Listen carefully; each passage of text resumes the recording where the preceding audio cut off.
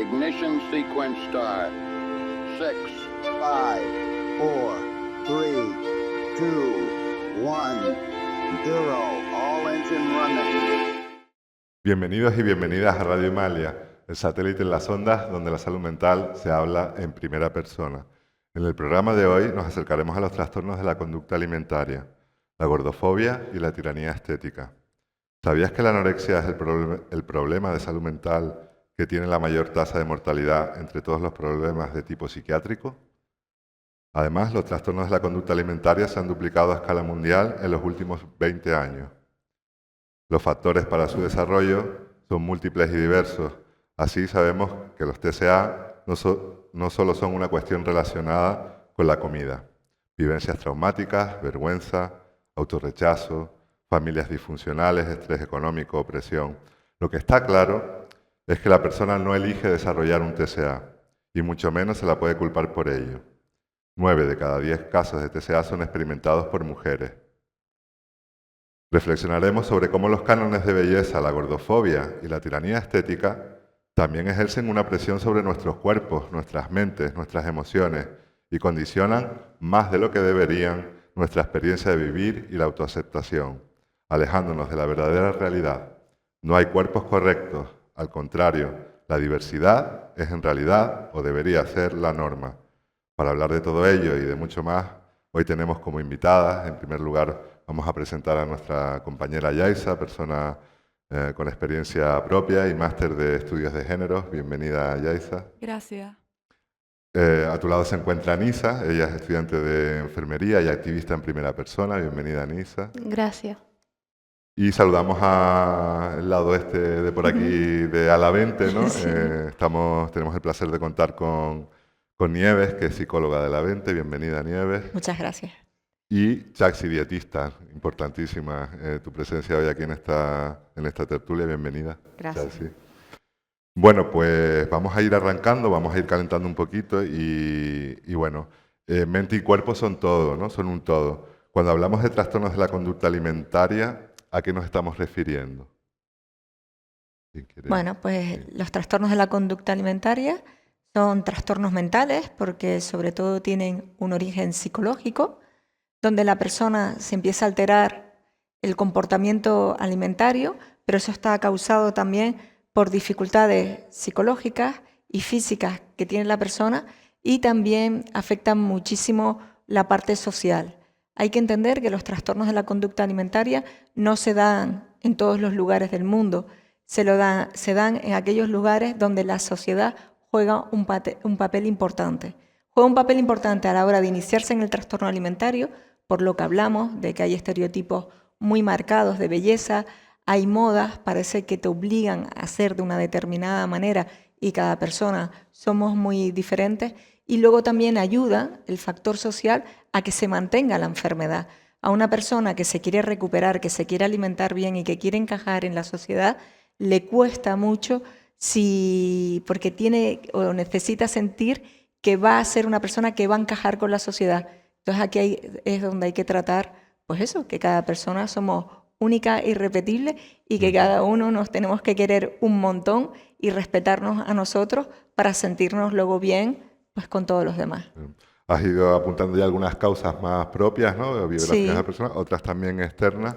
En el caso, ¿no?, de tuyo personal, por ejemplo, Nisa, una persona joven, ¿qué es lo que tú apuntarías como posibles factores ahí de riesgo? Yo creo que muchas veces, sobre todo en general en diversos trastornos, por llamarlos de alguna manera, se hace mucho hincapié en la parte biológica,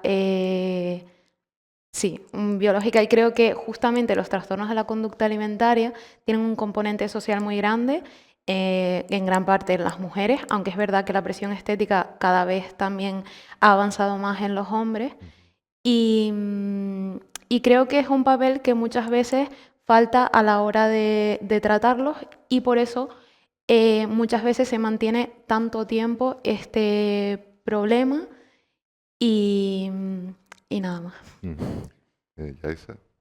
Sí, yo considero que que, bueno, una vez naces, sobre todo pues siendo mujer, existe como una norma de cómo deberíamos ser, de cuáles son las cosas que están prohibidas o cuáles son las cosas con las cuales siendo mujer no deberías ser feliz, como por ejemplo un cuerpo gordo. Entonces, de alguna manera, ya hay como un patrón de cómo tú puedes acercarte a a esa felicidad. Yo considero que es muy complicado en general que las niñas y, bueno, y las mujeres en esta sociedad tengamos una buena relación con la alimentación, ya que es algo que está muy interiorizado, pero es verdad que en algunas personas pues acaba desarrollándose ese matiz patológico cuando ya esto empieza a afectar a tu salud y realmente es un problema en tu día a día, en tu bucle de pensamiento. Quiero decir, es algo que yo creo que está introducido en la sociedad, lo que pasa que algunas personas pues traspasamos de alguna manera eh, eso que está tan normalizado y pasa a ser, pues en este caso, un diagnóstico o más bien como una conducta patológica, ¿no? Claro, de hecho, apuntábamos al inicio, ¿no? De que cada vez hay un aumento, ¿no? Cada vez hay más casos.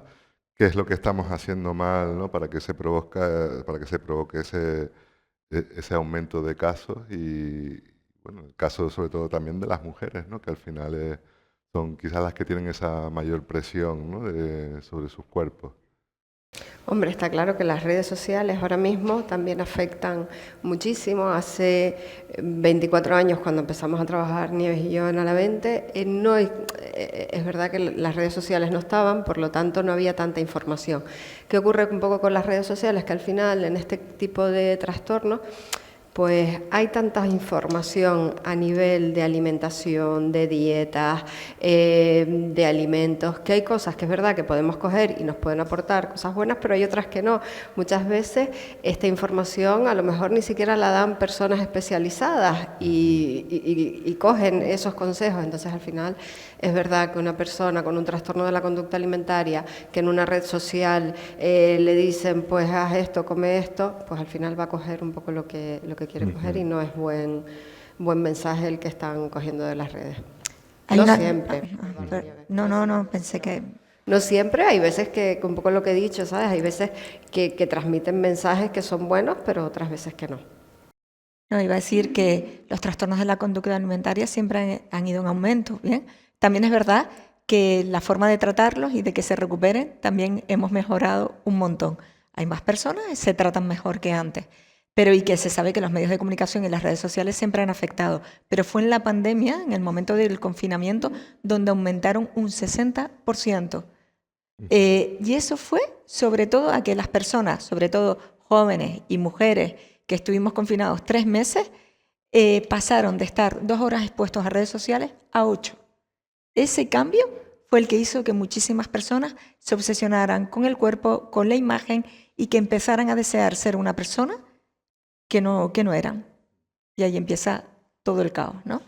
Jaisa además apuntaba una cosa interesante, ¿no? Y es que todos un poco pues somos víctimas o podemos llegar o de alguna manera nos está influyendo todos esos mensajes, todas esas, bueno, las redes sociales, la educación que recibimos a lo mejor en casa, incluso de nuestra propia familia, ¿no? Y quizás solo algunas personas dan esa, digamos, ya tienen ese punto añadido Claro. de gravedad o de problema ya con la comida directamente, ¿no? Pero hay un elemento importante que tiene que ver con el canon de belleza, ¿no? Tú lo acabas de mencionar, Nieves, ¿no? De cómo nos miramos a nosotros mismos delante del Sí. espejo y cómo nos comparamos con otros cuerpos que consideramos más normativos o más... ¿Creen que hay falta de referentes que en el fondo todas las personas queremos ajustarnos a ese único canon de belleza y si no estamos ahí vamos a tener ya un conflicto interno? Es que al final es una moda también, porque los estereotipos de belleza también van cambiando. Yo recuerdo cuando empecé en Alaventa en el año 2000, que eran cuerpos muy, muy delgados, pero con muchísimo pecho en mujeres. Y entonces ahí había que meter la cirugía estética. Ahora el tipo de cuerpo que se lleva son cuerpos muy tonificados, delgados, pero con más masa muscular. Entonces, al final, yo creo que va todo muy relacionado con que somos seres sociales y que necesitamos encajar y sentirnos queridos. Y cuando una persona, sobre todo en la edad de la adolescencia, quiere empezar a pertenecer, busca qué es lo que le va a proporcionar más éxito para ser más aceptado, para sentirse una persona más querida. Y allí es donde los estereotipos de belleza deberían de ser pues, mucho más diversos para que las personas sintieran que una persona puede tener éxito en muchísimos cuerpos, o formas de cuerpo, o formas de ser. Sí. Yo es verdad que lo recuerdo al principio como también una manera de intentar encajar eso en la sociedad porque me sentía muy perdida. Sí que es verdad que a nivel personal había tenido como muchas visitas a salud mental, pero tampoco sabía como qué me pasaba. Y es verdad que ya sobre todo cuando entré a la universidad, me sentía muy perdida y era como una dinámica que se convirtió en algo para intentar encajar. O sea, quiero decir, el tener que sacar buenas notas, tener que ser delgada, verme guapa, verme con la cara así cuando es completamente imposible. Pero también es lo que ves en redes sociales. Yo, por ejemplo, lo estaba analizando con mi compañera Yaisa hace un par de días, hablando del programa este de la isla de las tentaciones, que ves a las chicas y piensas qué guapas son y que no sé qué, y luego ves que tienen un montón de tratamientos estéticos y es complicado un poco disociar eso y compararlo con la realidad y decir, es que no es un cuerpo real, o sea, está modificado, no puedo ser así porque realmente esta persona no nació así. ¿Y por qué comparamos, o sea, por qué consideramos que una cosa es guapa y otra cosa no lo es, ¿no? Porque cre- quiero pensar, ¿no?, que habrá muchos problemas contra personas con problemas de TCA que aparentemente nos parezcan guapísimas, que estén ajustadas totalmente en el canon y aún así quizás es un tema más interno, ¿no?, Sí, sí. de la propia persona, ¿no? Eso está demostrado con las modelos. Dicen que el 25% de las mujeres modelos, que se supone que son mujeres que cumplen con el canon o el estereotipo de belleza actual, tienen trastornos de la conducta alimentaria. Así que ellas a sí mismas no se gustan o no se ven tan guapas como lo que realmente puede ser. Sí, es que yo considero, por ejemplo, que uno de los puntos en los cuales ya se convierte de alguna manera en algo patológico es que cuando miras al horizonte e intentas encontrar ese cuerpo al que quieres llegar, realmente no existe. Porque no hay manera de llegar a él a no ser que te mates por el camino. Y seguro que cuando llegaras a él tampoco es el que quieres. O sea, realmente no hay una manera real de decir, vale, tú quieres construir esto o de construir esto. Tienes que bajar X kilos, subir X kilos. No, realmente no hay ningún rango de referencia. El rango de referencia simplemente es imposible y no existe manera de satisfacer eso. Y ahí es cuando entras en el bucle de la peligrosidad absoluta, porque estás totalmente perdido, acudes a un montón de cosas que bajo el discurso de la salud también se convierten en algo patológico, como puede ser el deporte, como puede ser la hiperfijación con la alimentación, etc., que de alguna manera nos lo han metido, pero que no nos hemos obsesionado como sociedad, supuestamente, pero que algunas personas sí como que lo hemos agarrado. Y el problema al final yo considero que es ese, es un molde. Existe un molde por el que tenemos que pasar todas. Muchas para pasar por ahí nos tenemos que matar. Otras están ahí ya y tienen otro molde más allá por el que creen que tienen que pasar. Pero realmente el molde no existe. Es como perseguir el arco iris, porque es que no hay manera de llegar a ese cuerpo porque no existe. Yo me lo pregunto a mí misma, digo, ¿realmente tú qué cuerpo quieres conseguir? Y yo no tengo respuesta. El tema ese que hablaba yo de la falta de referentes, ¿no? Normalmente los cuerpos, o sea, todos los cuerpos son diversos, ¿no? Pero sí es verdad que pues el cine, ¿no?, la televisión, siempre vemos como actores, actrices que se parecen mucho, ¿no?, con unos rasgos muy similares, a los cuales siempre se les da pues pues de triunfo, de éxito y demás. Sin embargo, por ejemplo, en la ficción no vemos un personaje con un cuerpo gordo, ¿no?, una mujer gorda que se pueda enamorar, que tenga una historia romántica hollywoodiense y tal. Y si lo vemos es pues, del estilo Bridget Jones, que es como una persona media alocada, pero nunca es no es una persona triunfadora, ¿no? Como que faltan también, a nivel más del mainstream y de tal, personas y que son guapas, ¿no? Y que por qué no ser guapas. Y otra pregunta, ¿son saludables? O sea, hay diferencia entre, o sea, podemos decir que una persona gorda, o sea, que no tiene que ver el peso corporal con tu salud. ¿Eso lo podemos decir? O les pregunto más a ustedes que quizá... Hombre, es verdad que si hablamos de a lo mejor una obesidad mórbida, grado 2, a nivel de salud, pues evidentemente hay que tener cuidado porque eso puede tener un montón de consecuencias. Un peso elevado, pues al final nos pueden dar problemas de diabetes, de hipertensión, de colesterol y diferentes también patologías. Entonces, es verdad que la alimentación es igual siempre, yo siempre lo digo, a salud. Cuanto mejor nos alimentamos, más variado comemos, más casero, más natural, menos productos a lo mejor procesados, pero también es verdad que de vez en cuando no pasa nada, no tenemos que llegar ni a un extremo ni al otro. Es importante el probar de todo, comer de todo con la frecuencia y la cantidad adecuada. Claro. Entonces, un peso excesivo, bueno, mirar siempre que estamos sanos, que estamos bien y sentirnos bien. Claro, sobre todo que la persona se sienta bien. Claro, cuidarse no tiene por qué... O sea, una persona delgada también puede comer muy mal. O sea, También. al Eso, final, ¿no? eso muchas veces yo claro. eso sí que lo digo. No, Y está como muy yo mal soy de salud. delgado, yo puedo comer todo lo que quiera. No, no te equivoques. Por muy delgado que sea y por muy poco, o sea, porque no subas de peso, tú no, la alimentación, tanto para una persona con sobrepeso como para una persona delgada, tiene que ser una alimentación equilibrada y sana. Una cosa que me gustaría decir es que una cosa es la salud física y otra es la salud mental, aunque a veces Claro. va todo unido.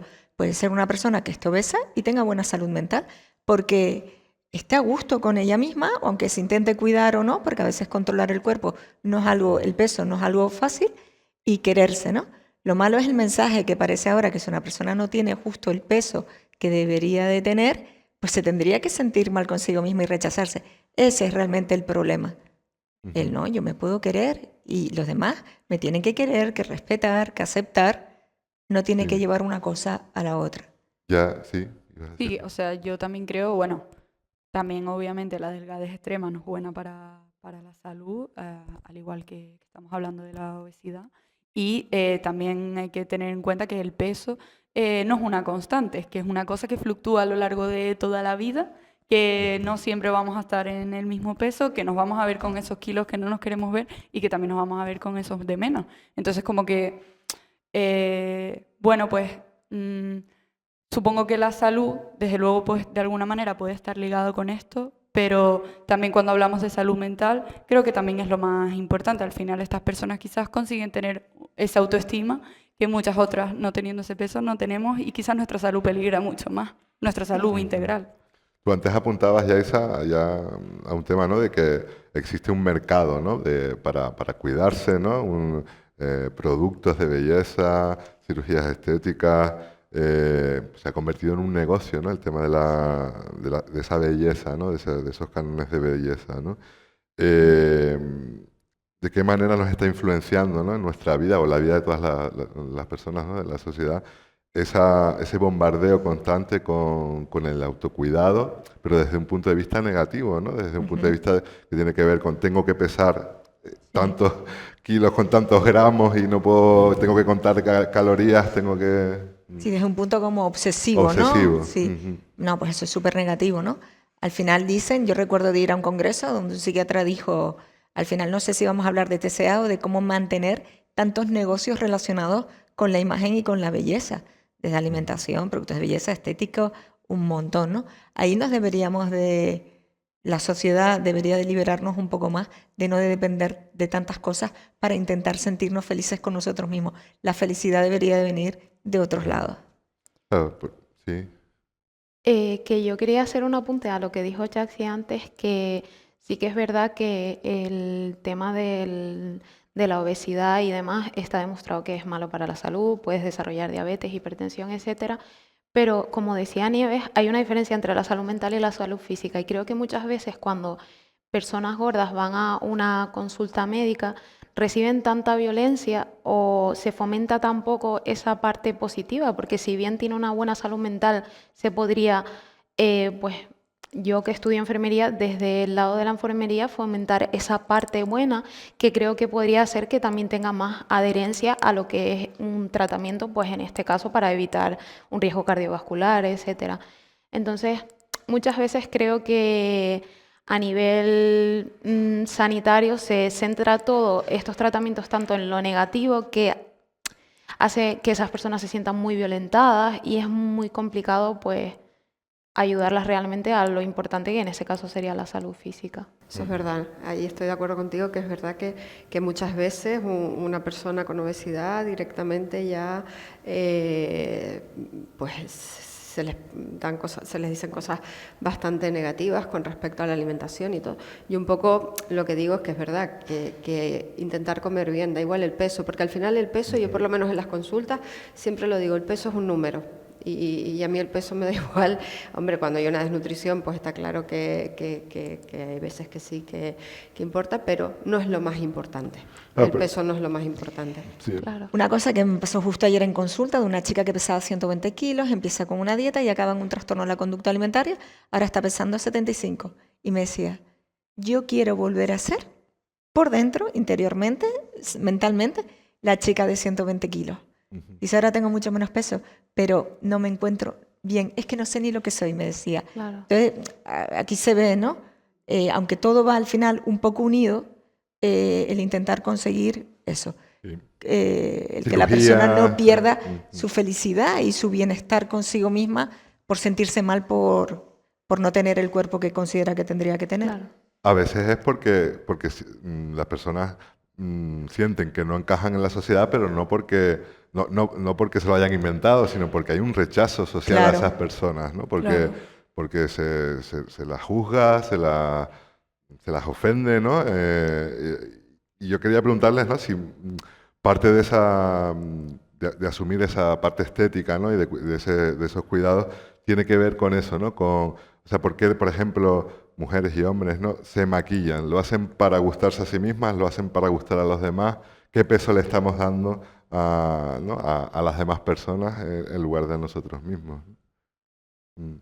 Claro, a ver, obviamente nacemos, ¿no? Y ya estamos como arrojados en una sociedad donde las mujeres se maquillan y donde los referentes de esa estética a la que queremos alcanzar, casi todos se maquillan y casi todos tienen una estética específica que va a ser la que casualmente te guste a ti también y la que tú también quieras alcanzar, ¿no?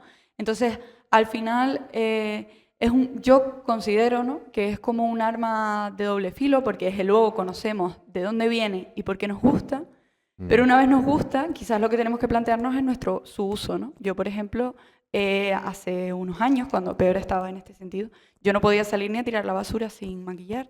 Era una cosa que yo entendía que era parte de mi identidad y que ya de alguna manera ese rostro que yo construía era mi rostro por defecto, algo que obviamente no es así. Y cuando te veías con la cara lavada, ¿no te gustabas a ti No, misma? obviamente no me reconocía como esa persona. Ya como que había totalmente asociado que yo era esa otra, ¿no? Y ahí obviamente también me llegaba a plantear en plan, bueno, pero ¿y realmente a mí me gusta esta forma de lucir? ¿Sí? ¿No? ¿O simplemente es la forma de lucir que se supone que deberíamos de tener todas las chicas de esta edad y todas las chicas guapas, ¿no? Y a partir de ahí, pues, mi uso del maquillaje pasó a ser un uso un poco más personal, en plan, bueno, pues quizás esto no entra tanto dentro de la norma de cómo se maquillan las mujeres, pero a mí me gusta y de repente a partir de ahí, pues, ya se convirtió, pues, en algo que no me influyó tanto. Pero desde luego hay un proceso ahí y la presión estética está y todo ese cuerpo que queremos desear, desde luego nos lo han construido desde antes que nosotras lo deseemos, al igual que, bueno, el maquillaje, operaciones estéticas. Yo creo que justo es lo que dice ella, que también depende como el uso que le des, porque sí que es verdad que yo conozco personas que hacen un uso del maquillaje más bien para, bueno, pues un poco también como el tema de las galas drag y tal, que es un poco para reivindicar diversidad y tal, y me parece una manera muy interesante porque sin embargo yo sí que es verdad que siempre he usado el maquillaje como así es como una mujer se ve guapa y así me tengo que ver yo. Yo personalmente nunca me he maquillado porque me veo bien de esta manera, sino yo sé que me maquillo porque me quiero ver, si te pones el contorno aquí pareces más delgada, si te pones el, ¿sabes? Yo, Claro. o sea, yo sé perfectamente que yo lo he hecho siempre por Sí, parecer lo que claro. quería hacer, ¿no? Pero es verdad que forma parte de nuestra cultura el Sí, maquillaje, el sí. adornarse, ¿no? De hecho, cuando eres pequeña, ¿no? Uno de los juegos más divertidos es maquillarte. Sí. Y se me preguntarán, ¿tú por qué te maquillas? Digo, porque siento que estoy más favorecida, que tengo Ajá. mejor color y siento que me favorece. Pero probablemente yo le haya dicho a mi cerebro, entre, ¿no?, la moda, lo que se hace, ya mi cerebro, si mañana se pusiera de moda ponerte 5 cruces en la frente, yo no lo vería, pero a lo mejor después de 10 años llevarlo, dirías que a mí me favorecen las 5, Sí. que al final Ahora, por nos ejemplo, es el creemos. tema de los, ¿no?, de los labios, ¿no? Sí, De ponerse muchos labios, morros, vale, ¿no? sí, Y sí. cada vez hay más. Es que son modas. Ujú, Igual que hace 100 años, un poco más, se llevaban las mujeres y obesas. claro, Y eso era belleza. Y una persona muy delgada no se veía claro. bonita. Entonces nos Mm. educamos. No, pero la cosa de las modas es si de repente generan un conflicto en la persona, ¿no? Y por Sí, ejemplo ahora con la moda de ponerse e inyectarse labios, si de repente una chica tiene los labios finos, esto me está generando una inseguridad, empiezo a tener problemas, claro. la gente te rechaza a lo mejor porque los tienes los labios muy finos. Cuestiones así, ¿cómo podemos empezar a detectar que estamos teniendo un trastorno de la conducta alimentaria? ¿O cómo lo detectaron? No sé si es en vuestro caso. Pues se nota un montón de cosas. Primero lo que se ve es la parte alimentaria, ¿no? Una El de familia, dejar una de persona. comer, empiezan ya los padres a ver que empiezan un poco, no quiero esto, no quiero lo otro, a cortar a lo mejor muy pequeñito, se saltan comidas, a lo mejor no desayunan. Esa suele ser la comida que más se suelen saltar, el desayuno. Luego a lo mejor tampoco hacen la media mañana en el instituto. Ya pueden llamar incluso del cole o del instituto, oye, que la niña o el niño no está haciendo la media mañana, que se la regala al compañero. Bueno, pues se empieza un poco a ver así. Y luego también la parte muchas veces del peso. Los padres pues alguna vez detectan, oye, pues estoy viendo que mi hijo está perdiendo peso, más o menos así. Es verdad que con la prevención muchas veces a nosotros, los orientadores incluso de los centros educativos, también nos informan, oye, hemos detectado, creemos que un alumno puede tener algún trastorno de la conducta Claro. alimentaria. Quizás los chicos es más complicado, ¿no? Porque de detectar hay menos casos en Sí, chicos, hay menos casos. pero quizás puede ser más complicado también, ¿no? Hay menos De casos. detectar. Luego también el ejercicio a lo mejor extremo también Mm. aparece ahí. Los padres dicen, mi madre es que va todos los días al gimnasio a correr, entonces al final, pero con la comida, sobre todo con esa parte, el empezar a quitar alimentos. No, yo ya no como antes esto, pero si esto antes te encantaba, ahora ¿por qué no lo comes?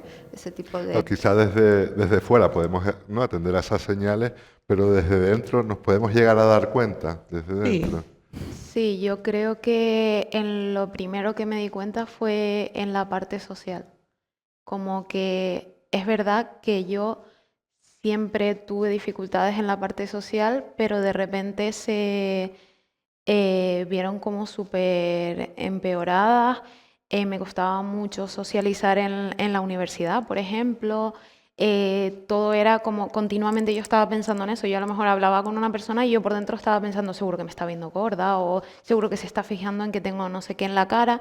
Y yo creo que eso es en lo que más me di cuenta y en que me costaba mucho salir a la calle, cada vez que a día de hoy me pasa, es verdad que menos, pero el salir a la calle era como un drama, o sea, 2 horas preparándome y venga a sacar ropa y no sé qué.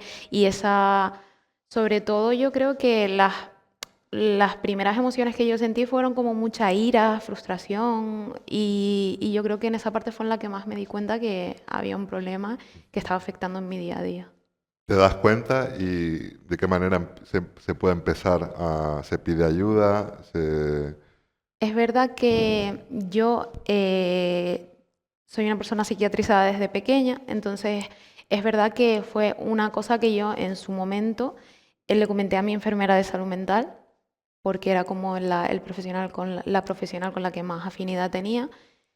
¿Y qué pasa? Que también en Canarias, especialmente en las islas minoritarias, no hay nada especializado, entonces no supieron tampoco darme una solución. También hace 10 años había como menos posibilidades, ¿no? Y sí que es verdad que tuve esa parte de acompañamiento y apoyo, pero no era nada especializado. Y yo cuando luego me vine a la universidad sí que empecé a indagar un poco, pues si habían asociaciones, si aquí había una unidad. Y, o sea, yo empecé en Alavente y luego ya Estuve en la unidad de TCAs de aquí del Hospital Universitario y a partir de ahí pues mi seguimiento en la unidad de TCA. ¿Y cómo aborda la mente cuando llegan, ¿no? Esos casos, ¿no? Lo abordamos de varias, Sí. pero ¿quieres contarlo tú, Bueno, Chelsea? lo primero que hacemos es que pues tiene una valoración por la trabajadora social. La trabajadora social le hace una acogida, pues un poco se informa de todo y luego ya lo deriva tanto a la psicóloga como a la dietista. O sea, a través de esas unidades de salud mental. Puede ser a través, no, el paciente puede llegar porque nos ve por redes sociales, pues por Derivado. un conocido, por el hospital universitario, por la unidad también de TCA del hospital, también pueden llegar por un ayuntamiento, trabajadora social del ayuntamiento, por colegios, por institutos, un poco más o menos por ahí. Y entonces cuando llegan a la 20, la primera entrevista es con la trabajadora social. Y ahí un poco le informan de todo lo que está pasando y a una vez que la ve la trabajadora social, pasaría con la psicóloga y con la dietista. Y a partir de allí empiezan con la persona a construir, pues, o a ofrecerle una serie, me imagino, ¿no? Sí. Dependiendo de cada persona, pues unos servicios u otros. Claro. Por ejemplo, yo en psicología, cuando hablamos antes, sí, el estado de ánimo.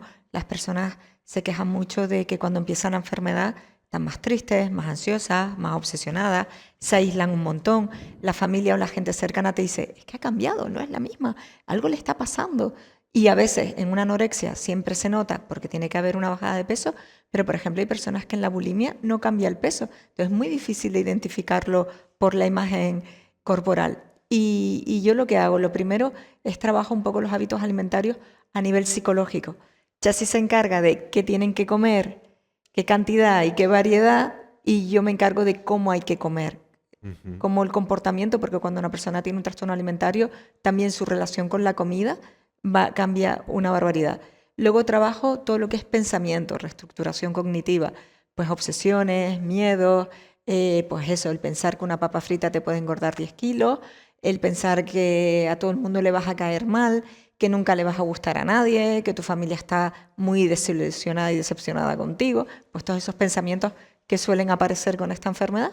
Luego trabajo la autoestima, que es súper importante, que es el denominador común de todos los TCA. La persona ha dejado de estar a gusto consigo misma y hay que volver a trabajarlo. Y en el momento que ya se empieza a trabajar bien la autoestima y la persona se empieza a querer, a aceptar, a valorar, se trabaja la imagen corporal, que hay distorsión, la persona muchas veces no ve lo que hay, entonces tiene que volver a conectar con su cuerpo, porque al final es el vehículo un poco el que nos lleva a todos lados, y al final trabajo habilidades sociales, muy importante la asertividad, porque ese aislamiento o ese miedo a estar con las personas, ya que las personas te quieran, ya que sepas encontrar tu sitio, muchas veces falla eso, el ser una persona asertiva. Muchas veces se ve personas agresivas y a veces personas muy pasivas.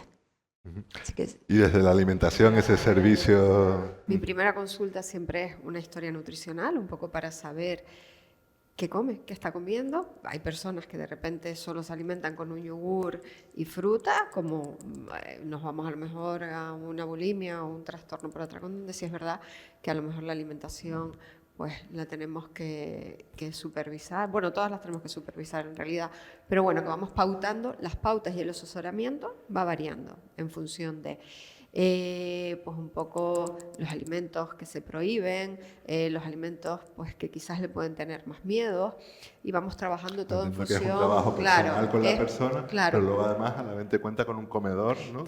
Sí, tenemos un comedor que se inauguró en el año 2001. Y en ese comedor, bueno, los menús los elaboro yo y un poco elaboro menús bastante caseros, comidas de toda la vida. Hoy, por ejemplo, comieron una crema de calabaza con un pescadito al horno y unas papas guisadas y fruta de postre. Intentamos que sea, pero es verdad que de vez en cuando pues, puede aparecer un alimento, puede ser una pizza, puede ser, bueno, intentamos que sea así. Tenemos todos los días ese comedor, de lunes a viernes, y luego también tienen, aparte de ese comedor, unas terapias que pueden ser, según el día de la semana, terapias psicológicas, terapias dietéticas, terapias de grupo, terapias sociales. También tienen una vez a la semana yoga, que es un yoga bastante relajante después de comer. Y bueno, intentamos, es verdad que el comedor ayuda muchísimo, yo creo que es un pilar súper importante en los trastornos de la conducta alimentaria, sobre todo para empezar a añadir alimentos a los cuales se les tiene bastante miedo, porque la primera vez que los pruebas en el comedor es verdad que te asustas, que te dan miedo, pero luego ya empieza, la segunda vez te va a costar menos. Tienen un periodo de pruebas, ¿verdad?, de 15 días, un poco para que se adapten a toda esta nueva alimentación, y sobre todo un poco lo que intentamos también es que esa alimentación la lleven a casa o fuera de la mente. También trabajamos muchísimo con la familia, es algo súper importante. Tenemos escuelas de familias donde se trabajan temas a nivel psicológico, a nivel social, a nivel de alimentación. Porque ahí en el tema ese concreto de la familia, a veces la culpa está presente. Por ejemplo, si una persona con anorexia pues está vomitando, la pillan en ese momento, quizás no sabemos gestionar, ¿no? Yo hablo también por experiencia propia ¿no? Tenía una familiar que tenía trastornos de la conducta alimentaria y la familia siempre actuó un poco un poco desde la culpa, ¿no? Y desde el control. Y desde el Sí. control. La familia parece la policía. Y entonces, porque quieren ayudar. Y Claro. esa es la forma que entienden. Ah, pues ahora no comes, pues ahora comes. Ahora vomitas, pues ahora no vas a vomitar. Y entonces, desde las terapias, intentamos ayudar a la familia a que comprendan mejor el problema para que busquen mejores soluciones. Y también, ¿no? A lo mejor te llega, me acuerdo un padre un día que me dijo, ¿por qué no le explica a mi hija que en África pasan hambre? No tiene nada que ver con el hambre de África. Entonces, pues a veces los padres no saben. Y también los padres necesitan mucho apoyo para entender, porque los padres también quieren en una semana conseguir lo que se consigue en 8 meses. Y luego también lo fijan todo en la recuperación de peso. Ah, cuando recupere peso esto ya se ha acabado. No, recuperamos peso, pero hay que trabajar autoestima, imagen corporal, muchas cosas. Así que la familia necesita mucha ayuda. Entiendo que las personas se recuperan, ¿no? Sí, claro. Que pasan por la mente, no sé, en tu caso, y también preguntar si hay riesgo de recaída y cómo se puede un poco trabajar eso. Nisa, querías decir alguna cuestión. Yo también quería decir que aparte de la familia que se basa mucho en ese intento de control, también es verdad que creo que a nivel profesional es también lo que vemos. O sea, yo personalmente he estado varias veces ingresada en unidades de psiquiatría y es un poco el tratamiento se basa en eso. Es verdad que han pasado muchos años y yo he estado ingresada en diferentes etapas, en diferentes hospitales y se ha visto un avance, que falta mucho, sí, pero es verdad que yo creo que también muchas veces yo recuerdo que todo se centraba mucho en el peso. Y era como es que yo justamente ya estoy enfocada en esto. Si tú además centras toda mi recuperación en recuperar peso, en que si bajo peso me amenazas con que me vas a ingresar. Claro, yo era como un poco, lo sentía como un policía que está todo el día detrás de ti, es que si no me van a encerrar, o sea, yo dejo de hacer esto porque si no me encierran, pero si no, no lo haría. Y al final tú también adoptas un poco esa conducta de yo sé que tengo que entrar aquí, hacer esto, esto y esto, y me voy a ir a mi casa y voy a seguir haciendo lo mismo. Entonces, yo creo que también es verdad que, como pasa mucho en las mujeres, creo que muchas veces falta esa parte colectiva, porque es verdad que yo creo que pasa mucho en general con el sufrimiento psíquico, que se individualiza mucho en que es algo tuyo, tú tienes un problema y cuando te das cuenta y abres mundo, a mí, por ejemplo, el feminismo me ayudó mucho, el ver que no me pasa a mí sola, que hay muchas mujeres que sufren esta presión y que igual no tienen un diagnóstico porque no han ido nunca a una consulta, pero que todas hemos sufrido como esa hipervigilancia de nuestro cuerpo. Yo personalmente creo que eso ayuda mucho y el ponerlo eso en colectivo, porque al final a otra mujer le puede ayudar una cosa que tú nunca te habías planteado y yo creo que de eso he aprendido mucho, la verdad. Y me llevo personalmente, yo creo que muchas partes positivas que me llevo de los ingresos son mujeres que he conocido ahí, Ajá. que sufrían, Compañeras, sí, compañeras, que al Ujú. final han acabado siendo mis amigas y nos hemos acompañado en ese proceso de recuperación. Sí, yo creo Eso. que es muy importante encontrar a otra persona que le pasa lo mismo que a ti. Porque de alguna manera, bueno, es eso, tú estás en un proceso en el que tus aliados son tus enemigos, tu familia, tu pareja, tus amigos, todo el mundo de alguna manera, aunque no quieran, aunque sea con buena intención, ¿no? Lo que estábamos hablando de la policía, básicamente te están espiando constantemente. Encima son conductas muy comprobables, porque no es un pensamiento, no es como una persona deprimida que piensa algo y que no podemos saber lo que está pensando. Aquí o comes o no comes, o te estamos viendo comer o no te estamos viendo comer, o te estamos viendo subir de peso o no te estamos viendo. Y es verdad que lo que dice Nisa, yo en mi caso, cuando recibí ayuda profesional relacionada con este trastorno, todo se basaba tanto en mediciones, en conseguir objetivos de peso y en situaciones pues de culpabilidad y amenaza, que la verdad que no fue muy efectiva para mí la vía psiquiátrica, psicológica. De hecho, la abandoné porque Claro. no me pareció la ayuda que yo necesitaba. De hecho, la ayuda que yo necesitaba era conocer a otras mujeres, hablar de esto y encontrar de alguna manera ese mensaje, ese discurso, ese algo que me hiciera entender que yo no era solamente ese cuerpo, que yo era muchas otras cosas y que había mucha más gente que sentía literalmente lo mismo y que estábamos vivas todas y viviendo. Entonces, no sé, la ayuda por la vía psiquiátrica, psicológica es lo que dice Nisa, persigue mucho. ¿Qué se reivindica desde el lugar en el que estamos hoy aquí en Radio Imalia, en este espacio de Centro Ciudadano Pérez Soto, que me olvidé de comentarlo, ¿no? Que nos ha abierto las puertas? ¿Qué podemos reivindicar de cara a esos tratamientos, a veces sanitarios, que igual pues hay cosas buenas, habrán cosas buenas, habrán cosas que mejorar? ¿Qué cosas habrían que mejorar en esos tratamientos sanitarios?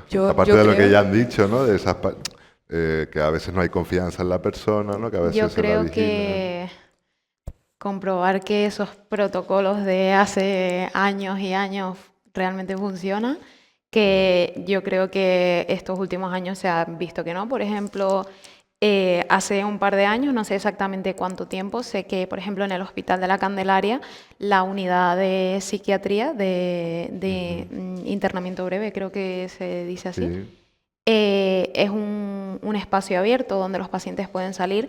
Yo personalmente recuerdo mis ingresos como esto es una cárcel, yo tengo que dejar de cometer como los delitos de conducta que me han dicho que están mal y en cuanto haga esto sé que voy a salir de aquí. También es verdad que dentro de este espacio te encuentras a mucha gente que le sirve una cosa o que no. Yo recuerdo el último psiquiatra que me dio el alta, me dijo, o sea, yo le pedí el alta voluntaria y me dijo que lo entendía, que había personas con las que funcionaba lo que estaban haciendo y había personas que no. Y el entender eso como tu capacidad de puedo decidir, porque siempre se nos ha tratado de, bueno, es una persona que no puede decidir por sí misma, entonces ni la escucho ni nada. Y para mí esa validación también fue un buen punto en decir, pues me quiero recuperar. O, por ejemplo, ayer mismo yo tuve consulta con mi psiquiatra, que le tengo mucho cariño, ya hace muchos años que es mi psiquiatra.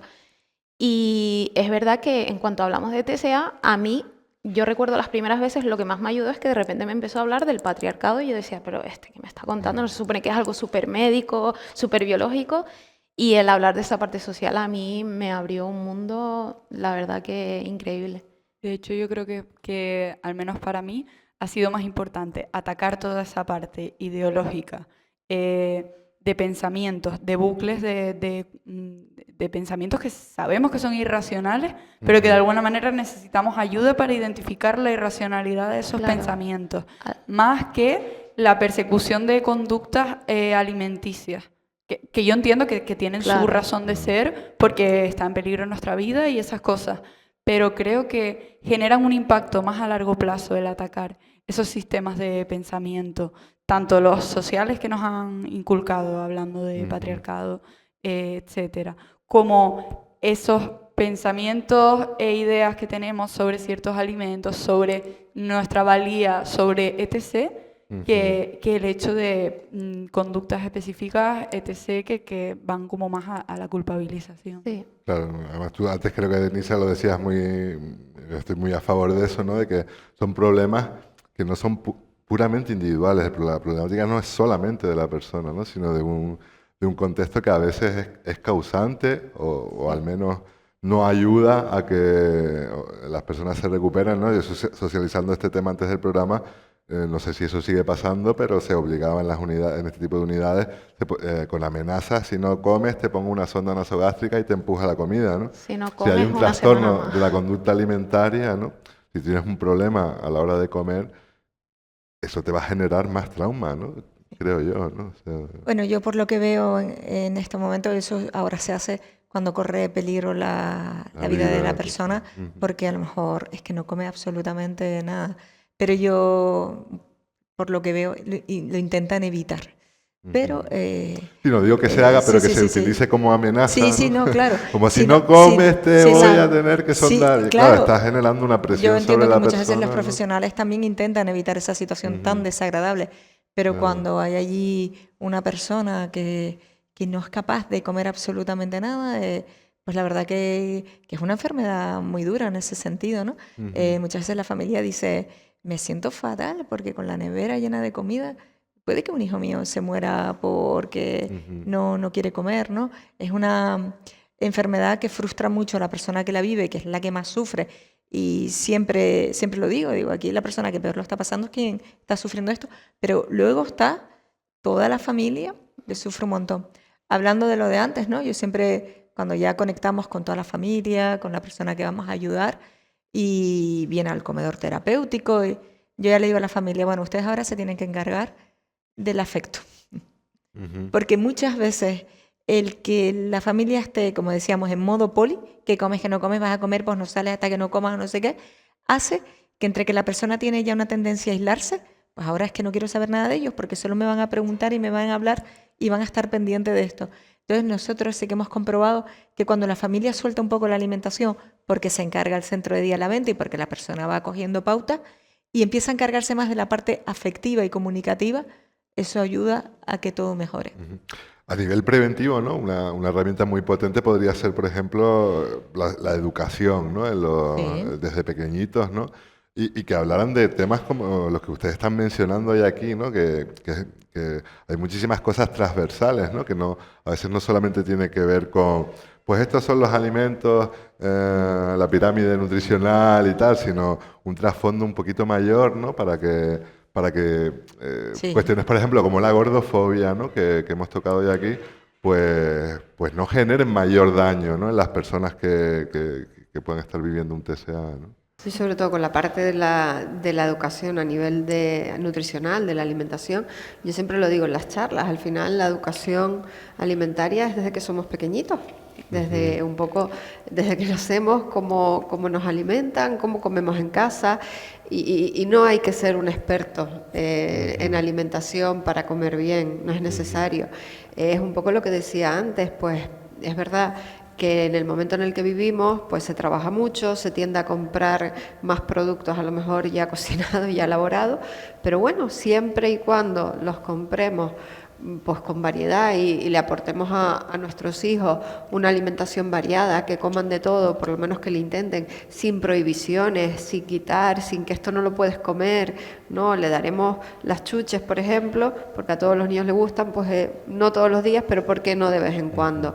O un poco ese tipo de comida que tiende a gustar tanto, un McDonald's, un burger, ¿por qué no? De vez en cuando, no va a pasar absolutamente nada. Es enfrentarse, ¿no? A ese tipo de alimentos y enseñarlos un poco, tener esa educación a nivel nutricional, que comer de todo es importante, que todos podemos tener algún alimento que no nos guste, porque eso es algo normal, pero intentar que la alimentación sea lo más variada posible sí es muy importante. nosotros en prevención, en los centros educativos, trabajamos la autoestima. ujú, Ahí no hablamos de alimentación, hablamos de cómo tú te puedes querer más y mejor y ser tu mejor amigo, tu mejor amiga. Una persona que se quiere un montón y que se valora y que se acepta y que está a gusto consigo misma, es una persona que se va a proteger y no solo no va a caer o va a ser muy difícil que caiga en un TCA, es que le va a proteger de un montón de enfermedades y de circunstancias de la vida. Entonces, lo importante de que la gente aprenda a quererse. Y yo muchas veces le digo pues, a mis pacientes, ¿no? Dice, no, es que como no me gusto, digo, todos tenemos derecho a no gustarnos. A ver, ¿quién se gusta todos los días? ¿No? Muchas veces pasas una mala época, no estás a gusto, te miras al espejo. Digo, pero tú sí que tienes la responsabilidad que aunque un día no te guste, que te puede pasar, o un año no te estés gustando, la responsabilidad de quererte. Es que se mezcla el no gustarme, como no me gusta, no me quiero, y como no me quiero, me rechazo. No, como no me gusto, aunque no está a gusto ahora conmigo, me tengo que querer. Y como me quiero, me protejo, me cuido, me mimo e intento pasar este bache de mi vida lo mejor posible. Eh, Nos estamos quedando ya sin tiempo, pero sí que me gustaría que, para poder seguir avanzando, es un tema bastante amplio, muy importante, Sí. ¿no? Bajo mi punto de vista. Ustedes han mencionado cantidad de cosas que me encantaría profundizar en ellas, ¿no? Pero alguna lectura, alguna película, algún podcast, algo que a ustedes a lo mejor les haya servido, independientemente de que sea algo de este tipo, sino cualquier otra cuestión. Yo creo que me parece muy importante desde la prevención. Es verdad que Sí. muchas veces esas mismas personas que vienen como a darte ese tipo de charlas son como todo lo contrario a lo que te están diciendo, ¿no? Y yo creo que el educar en la diversidad y que esas personas que te están educando en la diversidad te lo estén contando en primera persona, como cuando escuchas a una persona con sufrimiento psíquico en primera persona y eso te genera como un empoderamiento. No es lo mismo que escuchar a un profesional que también tiene su ámbito. Claro, que te va a ayudar a lo mejor en Entonces el yo creo ámbito que íntimo, ¿no? En el a mí ámbito personal, ¿no? personalmente sí que me ha servido el buscar, dentro de que las redes sociales para mí han sido un mundo terrible, o sea, porque he encontrado cosas horribles, pues intentar buscar como esos referentes. Ya hay como muchas cuentas de activismo antigordofóbico. Bueno, aquí en Tenerife está Magda. Em, y yo creo que eso también ayuda mucho, el verlo, el ver esa diversidad que existe, que hay gente que es diversa y es feliz siendo diversa, que no es algo horrible, que yo creo que eso te empodera y te ayuda mucho, la verdad. Sí. Eso es verdad. Ibas a hablar. Sí, Sí. yo iba a decir casi que lo mismo que ella. A mí me pareció como muy importante para mí leer y escuchar a personas que hablaran de gordofobia y darme cuenta y pensar que a ver, no tiene que ver directamente tener un TCA con ser gordófoba, pero decía, Dios mío, quiero esas conductas para mí misma. O sea, quiero reproducir yo este tipo de ideas en mí misma, porque en las demás no lo proyecto. Yo permito a los demás tener el cuerpo que quieran, permito a los demás y desde luego ¿sabes? Y les respeto y les Sí. valoro. ¿Por qué quiero proyectar todo esto en mí misma? Y la verdad que me sirvió mucho conocer ese tipo de activismo, porque la verdad que de alguna manera te quita el miedo Sí, esa presión a de ese de cuerpo que se encajar, supone ¿no? que es Esa malo, presión de ¿no? encajar, sí, Sí. sí. No, iba a Algo- comunicar sí. que es cierto que cuando una persona ha vivido el problema, que en Alavente pues hay una persona que cuenta su testimonio una vez al año, bueno, pues una conexión tan grande, ¿no? Que Sí. con las personas que lo están sufriendo, que es verdad que a veces los profesionales sabemos mucho teóricamente y sabemos cuál es el camino, ¿no? Pero que a veces cogerte de alguien que ha vivido lo mismo que tú, tienes allí una conexión Sí. fantástica. Ayuda un montón, la verdad. Sí. En Alavente cuando hacemos ese tipo de terapia, la verdad que ayudan muchísimo, muchísimo. Bueno, pues por último, qué le dirían ustedes a una persona que está enfrentando su TCA? Imagínate que alguien nos está escuchando, o sea, un chico, una chica, una persona. ¿Qué podríamos decirle? O imagínense que es el de un ser querido, ¿no? Que no es directamente esa persona, sino un Pues yo le familiar. diría que se puede recuperar, Claro. Y que pida ayuda, si solo no se puede, que pida ayuda. que se puede recuperar, que puede mejorar un montón su situación, que tiene derecho a, y se merece, pues que sentirse apoyado, tratado y ver la forma de conseguir mejorar las cosas. Muchas veces dentro del TCA hay un nivel de exigencia tan fuerte y hay esa culpabilidad que en algún momento hemos hablado y ese de como no quiero molestar a nadie, que nadie se moleste, o como si tuvieran que cumplir con unas expectativas que muchas veces ni los demás tenemos, pero esas personas sienten que tienen que cumplir, que tienen que agradar a los demás, que tienen que llegar hasta donde los demás esperan que lleguen, que no permite que esa ayuda fluya. ¿Bien? Entonces yo le diría a esa persona que se puede recuperar, que hay un montón de tratamientos, que hay un montón de formas de hacerlo, y que se deje y se permite y que trabaje por permitir conseguir esa recuperación. Y también le diría que dentro de los TCA hay una montaña rusa y que el tratamiento es una montaña rusa. Hay tratamientos que son lineales, empiezo hoy y mejoro, pero en el TCA mejoro 2 o 3 semanas Claro. y una semana puede que pase la peor semana de mi vida. Entonces es muy contradictorio de, lo estoy haciendo todo bien, me he esforzado un montón y ahora peor que nunca. Y volvemos a arrancar y volvemos a estar 2 o 3 semanas bien y poco a poco cada vez los peores momentos aparecen menos y los mejores se mantienen más. Claro.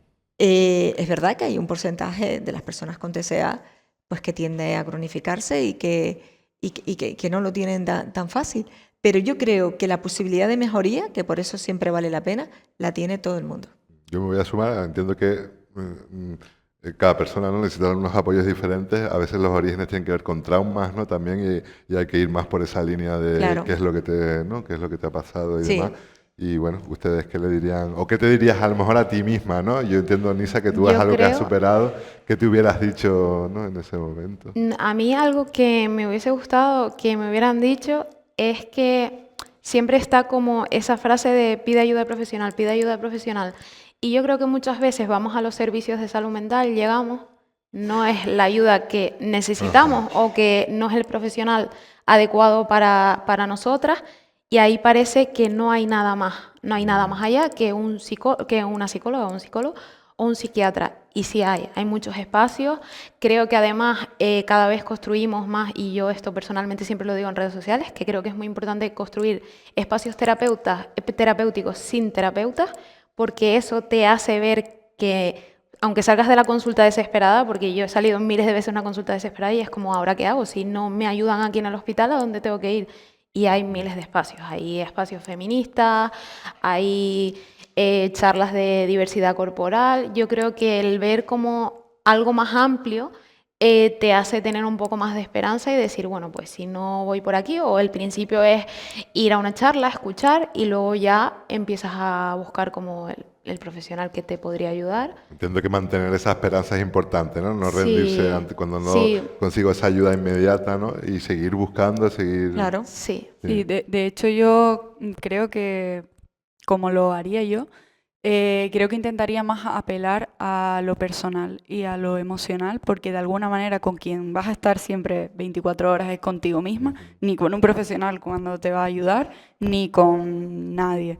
Entonces, una cosa que a mí me ayudó mucho y que me sigue ayudando cuando pienso en esto es entender qué es mi cuerpo, ¿no? Me pregunto, ¿qué es mi cuerpo? Mi cuerpo es la grasa que lo rodea, es eso que, que tiene que lucir supuestamente de una manera determinada, o mi cuerpo también es eso que late dentro de mí, es eso que cuando hago me hace sentir que se me ha erizado todo el cuerpo, es sentir placer, es ver cosas con los ojos que no te puedes creer que sean verdad, es escuchar, es sentir pasión, es tantas cosas que se permiten solo con un cuerpo, que maltratar el cuerpo solo por un aspecto sería perder todos los demás, que son los que le da sentido y ganas a querer vivir y a querer sobrepasar todo esto. Entonces, ¿quieres perder la oportunidad de experimentar todas esas cosas buenas que te da tu cuerpo, que es el mismo cuerpo que maltratas día a día? Porque a veces el precio a pagar no vale la pena. Me callo porque estoy vamos, con los pelos de punta. Me ha encantado este cierre. Les doy las gracias, Nisa. Muchísimas gracias por estar con nosotros en Radio Himalaya. Yaisa, lo mismo. Gracias. Esta es su casa para cuando quieran colaborar y seguir generando, digamos, debates que quizás tienen mucho que aportar, ¿no?, a cantidad de temáticas, ¿no? Desde la salud mental siempre intentamos, desde la primera persona también, tocar diversidad de temáticas. Y a ustedes lo mismo, un placer contar Gracias. con, ¿no?, esa expertía profesional desde Alavente, ¿no?, y desde esa labor importantísima que están haciendo por tantas y tantas personas que ayudan a recuperarse. Ahora sí, nos vamos con el Rincón de las Palabras, a través de la voz de nuestro compañero Fernando, que nos va a leer un extracto de un libro de Mara Jiménez que se titula Más yo que nunca, trazando el mapa para volver a ti. Nos vemos en el próximo programa.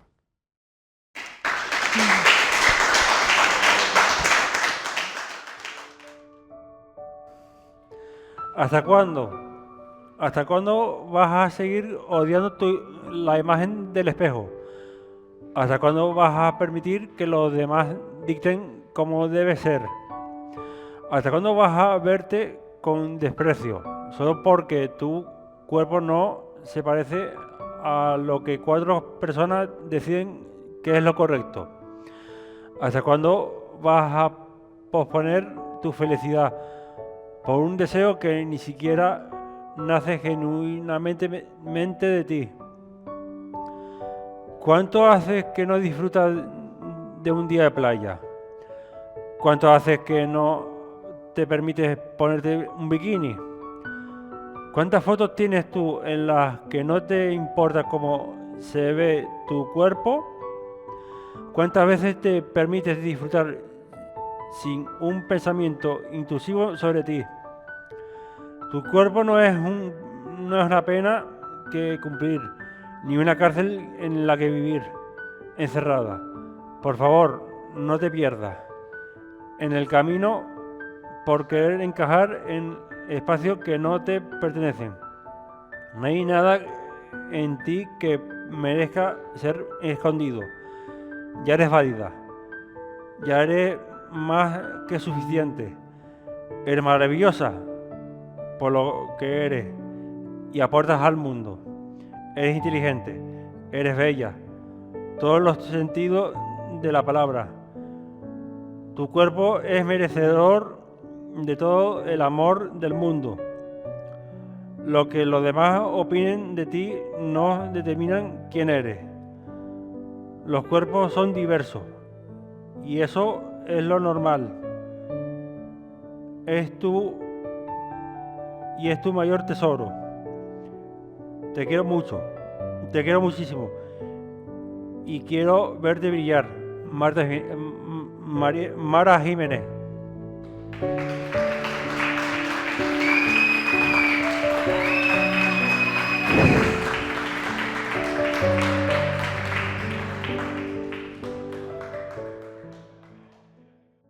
Ignition sequence start. 6, 5, 4, 3, 2, 1, 0. All engine running.